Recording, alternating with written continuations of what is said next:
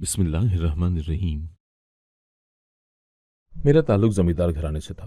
मैं चक नंबर 332 में अपने अम्मी और अब्बा के साथ एक छोटे से घर में रहती थी, जिसका सहन और कमरे का फर्श तो कच्चा था, लेकिन वो कच्चा सा घर हमारा था, जिसके कोने कोने में अमन और सुकून फैला हुआ था। मेरे अब्बा पटवारी थे और अच्छा खासा कमा लेते थे। घर में किसी चीज़ की कमी नहीं थी। खाने से लेकर पहनने ओढ़ने तक हर चीज़ में अब्बा जी ने अपना हाथ खुला रखा हुआ था। अक्सर घर में गोश्त पकता, दाल सब्जी बहुत कम बनाई जाती, और अब्बा जब भी शहर जाते तो वहां से चपली कबाब, मिठाइयाँ मेरी फरमाइश पर लेकर आते थे।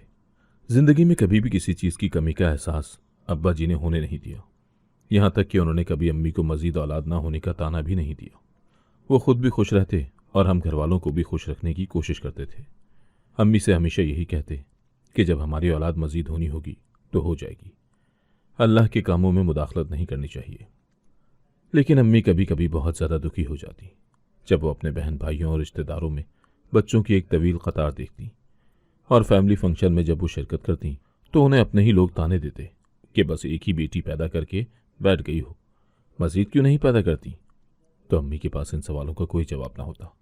हालांकि अम्मी ने मेरे बाद कई डॉक्टरों को दिखाया, मेडिकली लिहाज से कोई मसला भी नहीं था, लेकिन अम्मी को मेरे बाद दोबारा उम्मीद न लगी।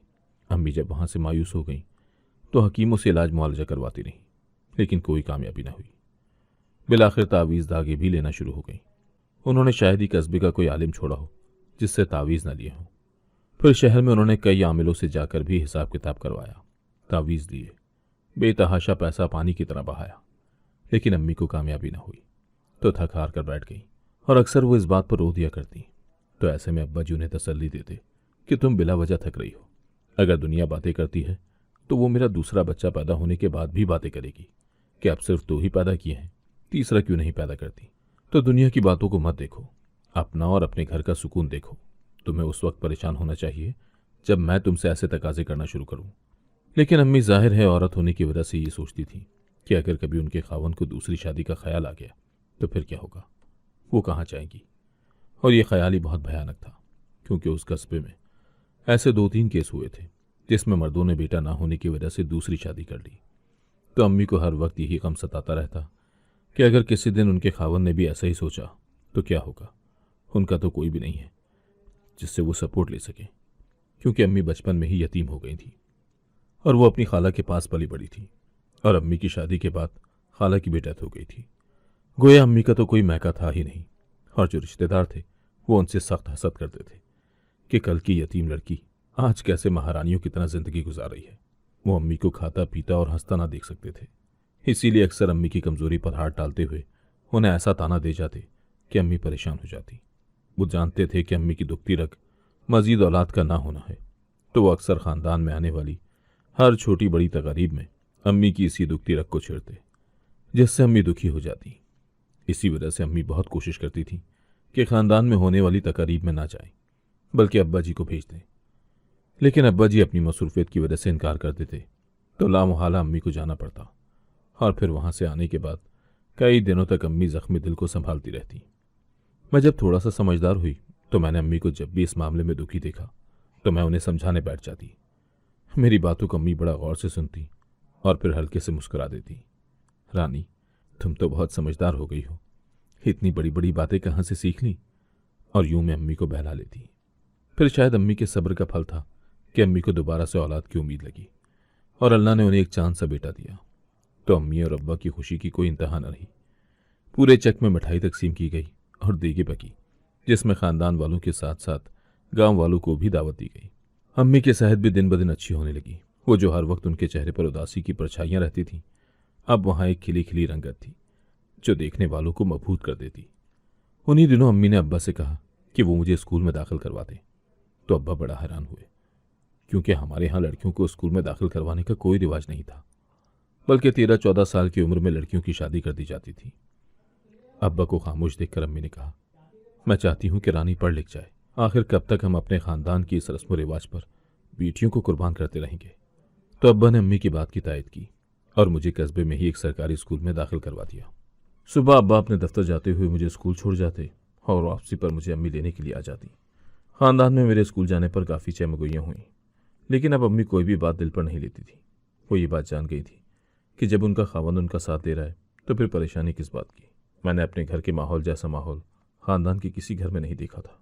करीब करीब जिन रिश्तेदारों के घर थे वहाँ पर मैंने अक्सर लड़ाइयाँ, झगड़े और एक दूसरे के खिलाफ बातें और बेसुकूनी देखी थी। ऐसे में जब मैं लौटकर अपने घर आती तो शुक्र की कलमे पड़ती कि यहाँ ऐसी कोई सूरत हाल न थी। लेकिन मैं नहीं जानती थी कि मेरे और अम्मी के मुकद्दर में ये सुख के दिन बहुत ही कम है और हमारी जिंदगियों में ऐसा भूचाल आने वाला है जो हमारी जिंदगियों को बदल कर रख देगा। काश ऐसा वक्त ना आता, लेकिन होने को कौन टाल सकता है। एक दिन अब्बा जब अपने दफ्तर में ही बैठे हुए थे तो उन्हें किसी ने फायर मारकर मौके पर ही हलाक कर दिया। हालांकि अब्बा की किसी के साथ दुश्मनी नहीं थी, लेकिन पटवारी की जॉब होती ही ऐसी है, हर वक्त खतरा रहता है।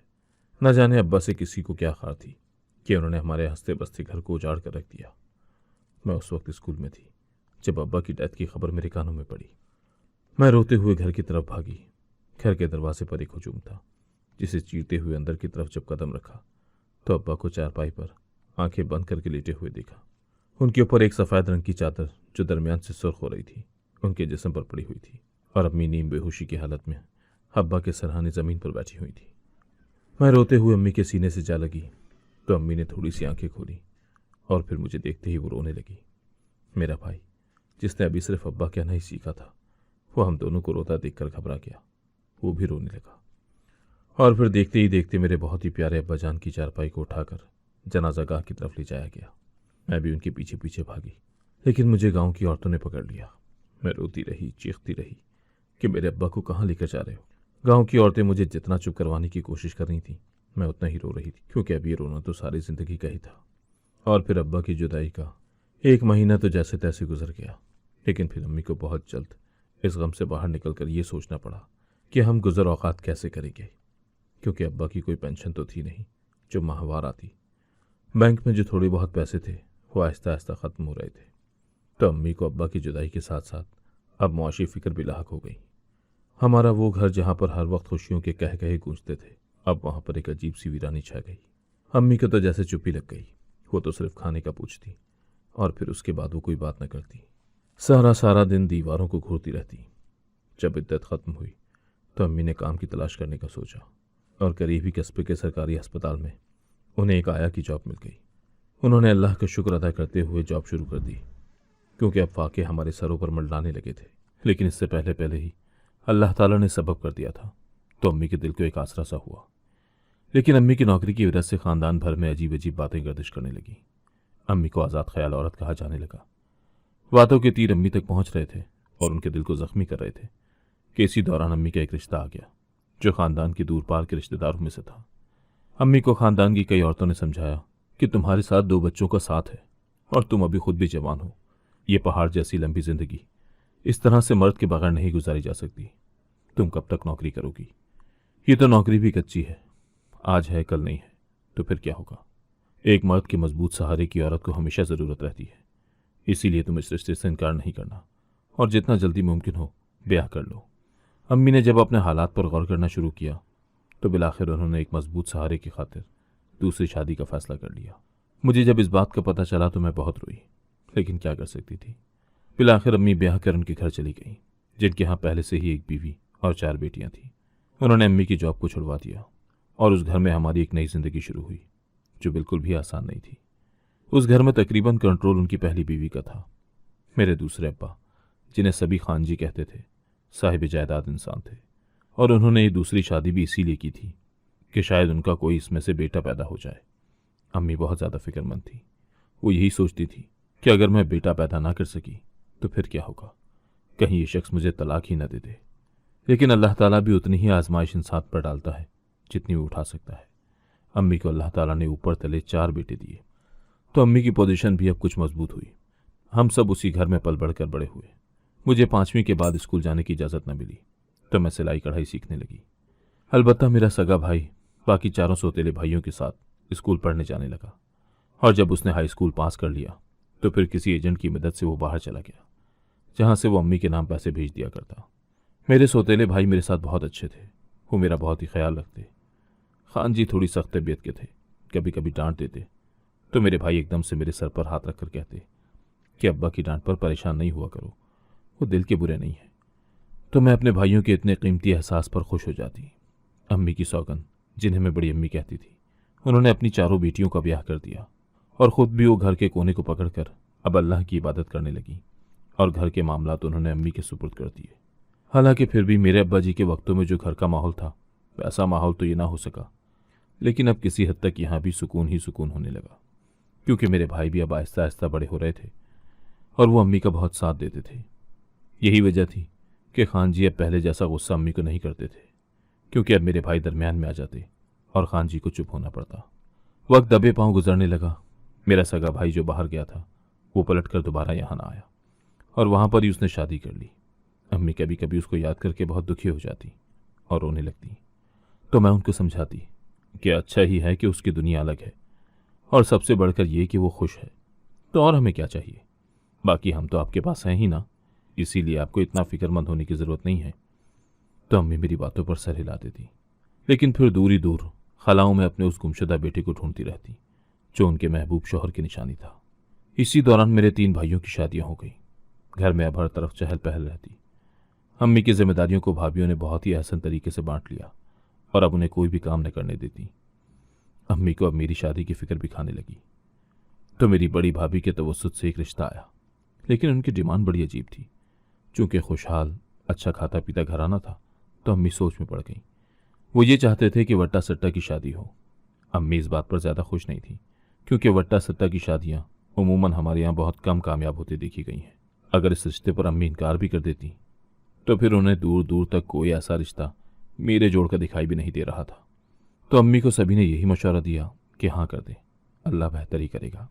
अम्मी ने भी सब कुछ अल्लाह पर छोड़कर मेरे रिश्ते के लिए हाँ कर दी और मेरा सबसे छोटा 4थे नंबर वाला भाई की शादी मेरे नंद के साथ कर दी गई। शादी का दिन तारीख दोनों को एक जैसा ही रखा गया, यानी मैं ब्याह कर अपने ससुराल आ गई तो मेरी नंद ब्याह कर मेरे मैके आ गई। मेरा शौहर नबील एक पढ़ा लिखा आदमी था, अच्छे सरकारी महकमे में जॉब कर रहा था। घर में ज़्यादा लोग नहीं थे। उनसे बड़े 2 भाइयों की शादियां हो चुकी थी और वो अलग घरों में रहते थे, जबकि इस घर में मैं और मेरी सास और शौहर ही रिहाइश पजीर थे। मेरी सास अलबत्ता तेज़ मिजाज की औरत थी। ये तो मुझे घूंघट में ही पता चल गया था। मुझे अभी उनके घर आए हुए 1 घंटा भी नहीं हुआ था कि मेरे सर पर खड़े होकर हुक्म सादिर करने लगी कि हमारे यहाँ लड़कियां सुबह सवेरे उठती हैं, लिहाजा तुम बेड पर चढ़ी सोती ना रहना।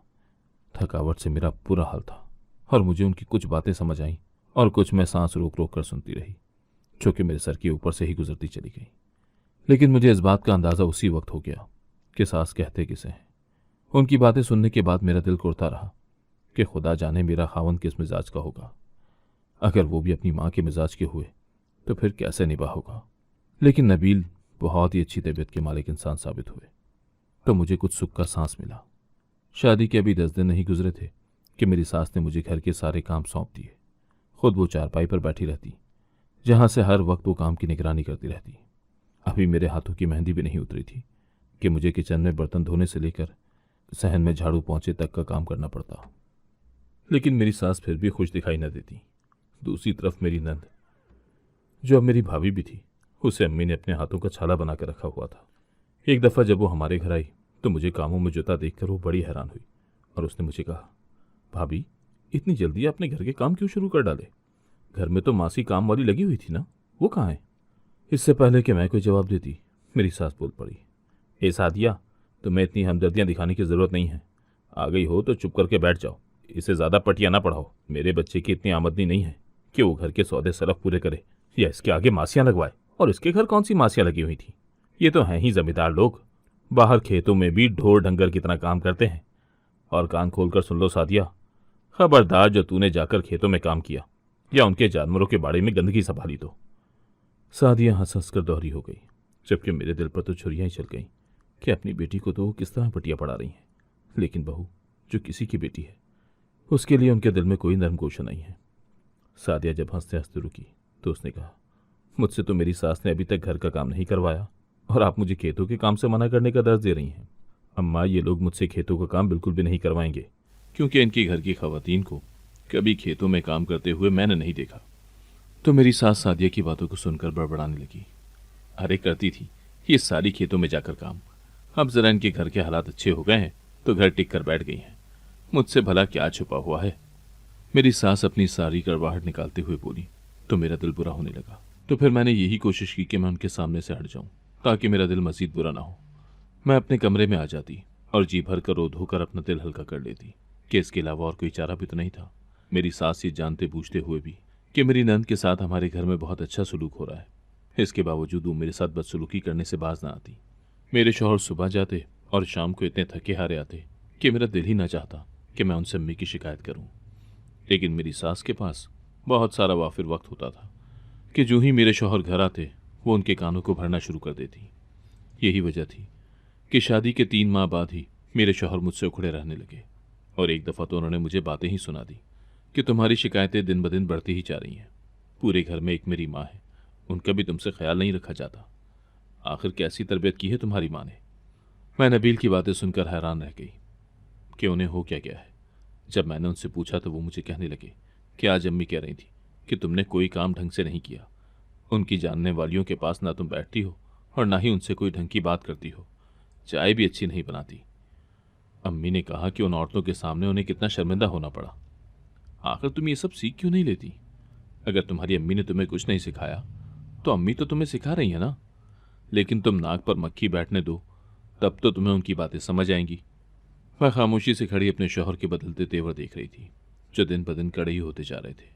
उनके सख्त लहजे के आगे मुझे समझ ही नहीं आता कि मैं क्या सफाइयाँ देती रहूं। हालांकि मैं कहना चाहती थी कि अगर मैं सर के बल भी खड़ी हो जाऊं तो भी आपकी अम्मी मुझसे राजी नहीं होंगी।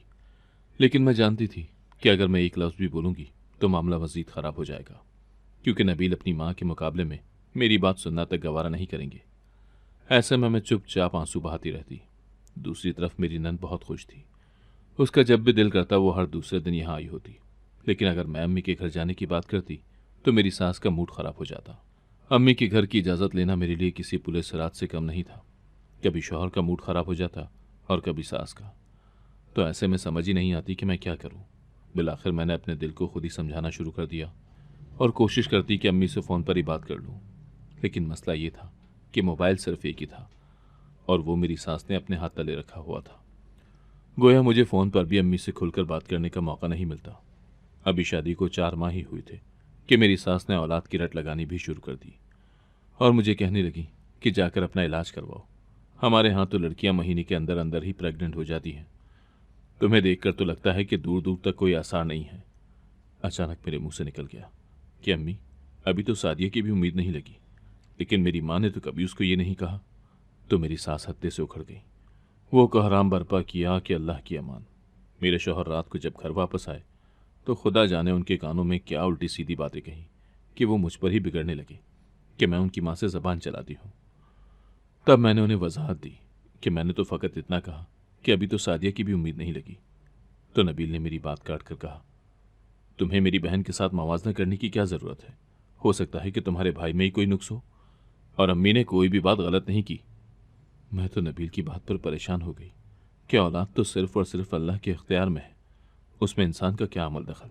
फिर उन्होंने हुक्म सादर किया कि कल तुम तैयार रहना, मैं तुम्हें लेडी डॉक्टर के पास लेकर जाऊंगा। मैं चुप कर गई। नबील अगले दिन ही मुझे डॉक्टर के पास लेकर गए। मेरे टेस्ट हुए तो पता चला कि मैं प्रेग्नेंट हूँ। तब मैंने अल्लाह का शुक्र अदा किया। मैं खुशी खुशी घर में दाखिल ही हुई थी कि सामने रोती हुई सादिया को देखकर मेरे कदम छिटक कर रुक गए। नबील तेजी से सादिया की तरफ गए और गुस्से से पूछने लगे कि क्या हुआ, किसी ने तुम्हें कुछ कहा है? किसकी इतनी मजाल कि वो तुम्हें रुलाए? लेकिन सादिया जवाब देने के बजाय भाई के सीने के साथ लगकर रोने लग गई और कहने लगी, मुझे उन्होंने तलाक दे दी है। सादिया की बात सुनकर मेरे पैरों तले से जमीन निकल गई। ये उन्होंने अच्छा नहीं किया, इसका हिसाब उन्हें देना पड़ेगा, नबील बोले। तो एकदम सादिया ने कहा, भाई मैं कभी मां नहीं बन सकती, आपकी बहन बांझ है, डॉक्टर की रिपोर्ट यही कहती है। भला वो एक बांझ बीवी को क्यों रखते? अगर वो बांझ बीवी को नहीं रख सकते थे तो उनकी बहन को भी यहाँ रहने का कोई हक हासिल नहीं है। मेरी सास ने इंतहाई गुस्से से चीखते हुए कहा। तो मेरे साथ साथ नबील ने भी उनकी तरफ गौर से देखा। फिर मेरी सास दोबारा बोली, इसको फौरन तलाक दे और घर भेज ताकि उनको भी पता चले। तब नबील खड़े हो गए और कहने लगे, मैं इसे तलाक नहीं दे सकता और इस हालत में तो मेरी तलाक देनी बनती भी नहीं है। तब मेरी सास ने हैरत से नबील की तरफ देखा और कहा, क्या मतलब है तुम्हारा? तो नबील ने कहा, रानी प्रेग्नेंट है।